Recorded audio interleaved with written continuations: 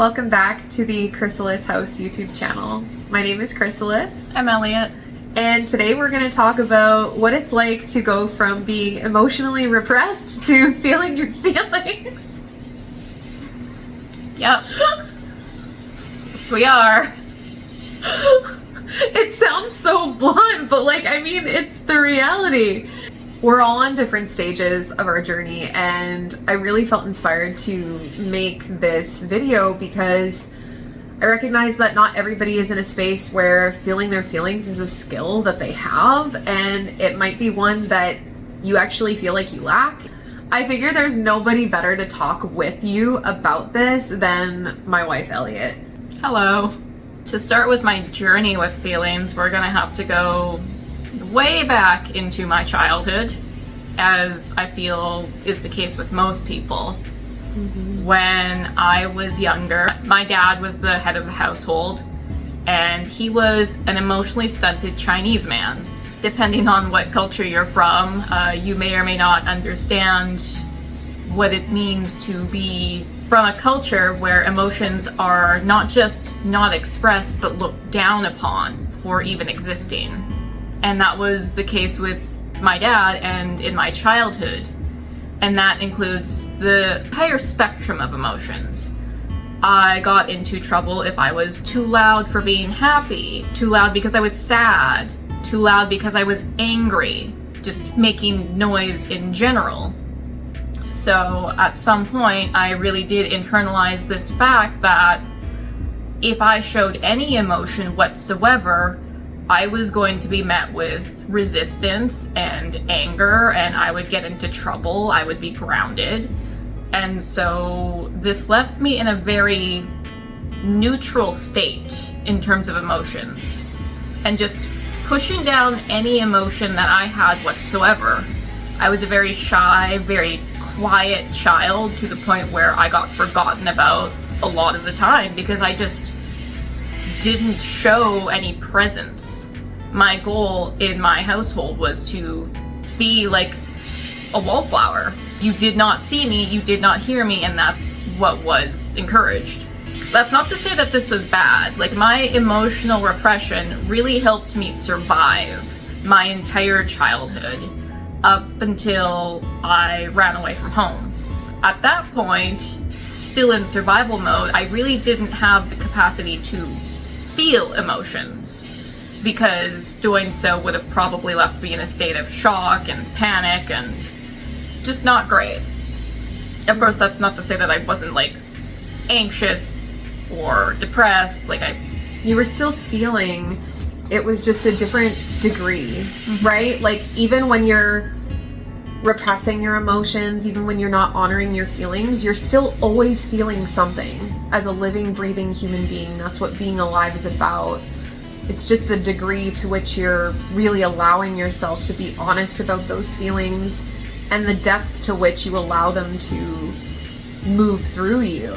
Something I remember about you and will never forget is you've always been, from the moment I met you, one of, if not the most honest people I've ever met. Your candor has always been so incredible, and that was one of the first things that stood out to me, was this chick is fucking honest, even when other people would squirm, and you're just yeah, I don't fucking care, I this is just me. And I was that's super cool. But something else I noticed right off the hop was you would talk about these really intense life experiences, but glaze over all of it with humor. I had two thoughts most of the time. I'd be one, this chick would make a fantastic comedian, and two, there is a lot to unpack here. She's up here, and it goes down here. And she's just and I was when the fuck are we gonna go? When are we gonna go? I mean, the answer was, not until we actively started dating. Yeah. And I want to say within the first year or so, I really started to kind of, it felt like my programming was being debugged, basically. I guess to tell you how much I avoided and repressed my emotions, especially anger. I was so angry during my childhood and teenage years, but I wasn't allowed to show it. I created a chronic illness within myself All of the repressed emotions, especially anger, had nowhere to go, so they were trapped inside my body. And so whenever I experienced anything that raised my body temperature, whether that was spicy food, hot water, the sun, feeling angry or embarrassed, or any emotion that really was intense. Yeah, really any intense emotions, I would break out into hives. I would turn like lobster red, and in the most severe cases, I could feel like my airway closing up because I would start going into anaphylactic shock. And that is still something that, like, thankfully with having unrepressed my emotions has been slowly going away over the past decade and a half. When we first got together and you really showed me how to feel, because I didn't know how to express myself. I remember saying at one point, I was like, I think I have something called alexithymia, which is just like, I don't feel regular emotions, or I can't express them properly. I never bought it. It was just, even before we started dating and we were just friends through work, I just saw so much in you. And I was like, you're so much deeper than you're giving yourself credit for, but I don't think you know how to get there. And well, I didn't want to. You didn't want to, but when we did start dating, and I mean, I've always been very upfront about being an extremely emotional person, and I was just very, honest about all of that. I would feel, I would cry, I would jump for joy, and like everything. And I remember very consciously making the decision in the first years of us dating of like, I cannot force anything on you. There is nothing wrong with where you're at either. Like, you are on your own journey, and if you feel like feeling more, or you feel like doing something else, you will. And you did. And it's been like watching you just like uncover your ability to feel and go to different depths within yourself over the years. And I think one of the most important things that I want to personally share with people is that this doesn't happen overnight. Like, if you're used to being the type of person who copes with intense feelings by joking about it, laughing, pushing it down, or using substances, or distracting yourself even through scrolling, or like I used to do with binge eating, like, it takes time. You can't do this instantly, and expecting yourself to do it is not very kind to you. It really does take time. This did not happen overnight. And if you're anything like I used to be, repressing your emotions makes you feel very one-dimensional, because there is no depth to you. I knew there was depth, but I didn't want to reach it because I had this feeling that if I did, I would never stop crying. Because when you actually sit with all of the experiences that you've had that you've deemed as negative and traumatic, and you actually sit with the feelings that those bring up in you instead of just repressing them or laughing them off, there's this feeling that you'll just break from it.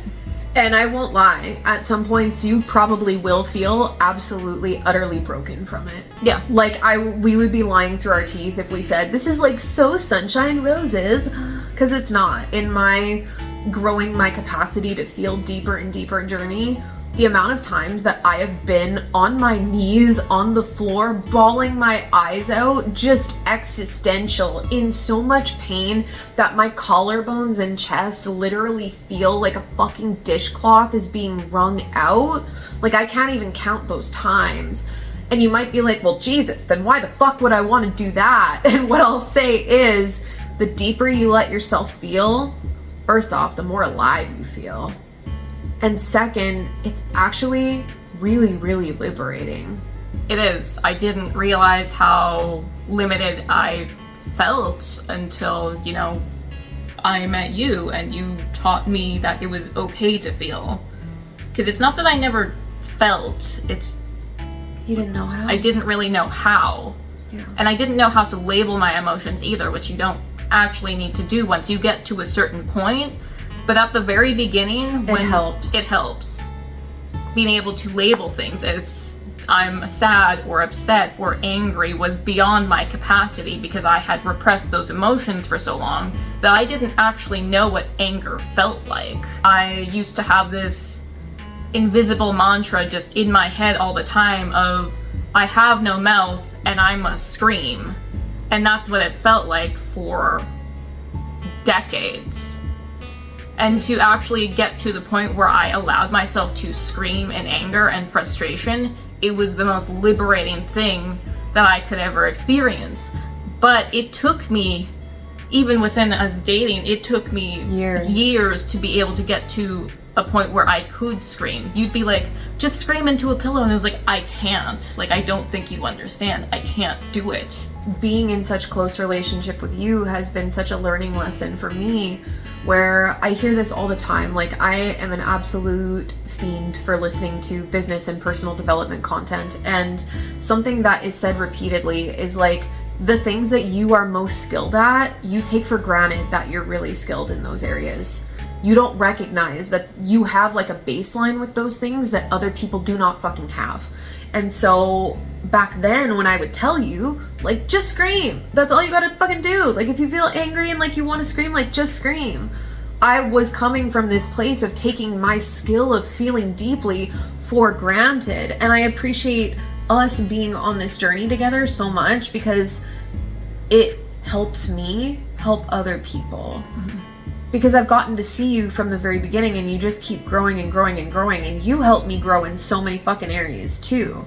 But this is just one where it's been like, I get to share wisdom with you here, and even still you teach me things in these areas. Like, it's just good. But if you feel like you have all these feelings to feel and you feel like you can't do it all at once, then don't try. Just do little spurts. That's all you need to do. What really helped me go from like a self-labeled, and you know, other people would label me as an emotionless robot, to someone who can just laugh and cry and scream, is stop joking about it. That was the first thing that I had to do, was I had to learn to stop using humor as a coping mechanism. And in all fairness to myself, my past self, and the people who do this, it's a coping mechanism for a reason. There's that saying of, if I don't laugh about it, I'll cry. And I never actually wanted to cry because I considered there to be so many things in my life that were cry-worthy that I would never stop. But the tears do stop eventually. They do. So what you really need to do is take that traumatic moment, and instead of making a joke about it or ignoring it, lay down with yourself and sit with that memory. And it's not easy. Like, it's really not easy at first. No, I would also recommend that you don't do this by yourself. Something that is just fundamental to who I am as a person is I'm fucking crazy, and I decided to go on just the most spiritually intense emotional healing journey almost entirely by myself before I started therapy, and I suffered so that you guys don't have to. The reality is, this is so much easier to do this with another person. Like, you got to feel a lot of feelings with even just me bearing witness and being someone there to hold your hand, put my hand on your shoulder as you felt what you needed to do. For you, you might have your partner or a close friend or family member. I would also really recommend a somatic therapist, because they are literally trained to guide you back to the feelings in your body and not just talk you through everything. But also, if you're in the stage of feeling your feelings where talking about things is what you want to do, then that's okay. But at some point, the talking can also be a coping mechanism. Mm-hmm. It can also keep you from crying and from screaming or shaking. That's a form of feeling as well. I will say this as someone who did go from emotionally repressed to feeling. You will cry, and you will cry a lot, and you will cry at the drop of a hat, especially at the very beginning. Mm-hmm. And that's okay. I had a lot of feelings about feeling and crying for a very long time before I finally got sick and tired of judging myself for feeling the emotions that I had been repressing for years. But it does lessen over time. You need to do it, though, for it to be able to build up and then decrease. I like to think of it, especially when you talk about crying, as in like, you're literally turning on a faucet that has been off for years. And there's all of this pressure built up inside that fucking pipe that's holding the water that comes out of that faucet. So when you open it, it's like, boom, like it just boom. And yeah, like you're just living your daily life. And the things that would have normally never triggered you before, you're just like, and you're like, what the fuck is happening? Why can't I keep it together? And it's like, because you kept it together for way too fucking long before. Like, way too fucking long before. And now you're letting your body do what it's wanted to do for so many years. Decades, maybe. I have no idea how old you are. There is a chance that your body has been building up pressure in the faucet of your emotional tap for years. So don't be surprised if the crying feels like it will never stop at first. If you feel like you're so angry that you could murder an entire fucking village worth of people at first. Like, whatever it is, if you feel so much grief that like you can barely see straight, that's normal. But it's like when you face all of that head on, you're not allowing it to control you anymore. You're not doing what you can to avoid this big scary thing that you may have deemed as a monster in the closet before. Like, you're just opening the door and you're going, okay, like I'm acknowledging that this is probably gonna feel really intense, but hey man, I've survived more intense than this. Most people out there have survived some really heinous shit. Kudos to you for keeping it together in survival mode for so long. But if you ever want to actually exit survival mode, this is something that you need to do. You need to feel your feelings and get from surviving to thriving. If you ever want to thrive in your life, feeling your feelings is the way to do it. If you don't, you're going to stay emotionally repressed. You're going to be triggered by everything and everyone around you because you haven't let yourself feel the feelings that those triggers bring up in you. And that's all they are. That's all triggers are, is something in your life happened to bring up intense feelings in you for you to feel through. I really had to ask myself whether or not I wanted to be the person who would continue to be triggered at 30, 40, 50, if I wanted to stay anxious and depressed and emotionally unstable at 30, 40, 50, 60, 70. Like, you do the work now so that your future self has a future, frankly. I think that about sums it up for today. I just want you guys to know that if you're in a space that's similar to where you have been, where it's, you don't really feel like you know how to feel, you're terrified to even start doing it, there is hope for you. You can feel comfortable feeling your emotions, but you do have to go through a bit of an intense growing period where it just feels really messy. You feel kind of broken for a little bit, but you're not broken at all. You're just learning. You're putting yourself back together, one tear at a time, basically. Thank you so much for being here. My name is Chrysalis. I'm Elliott. And we'll see you next time.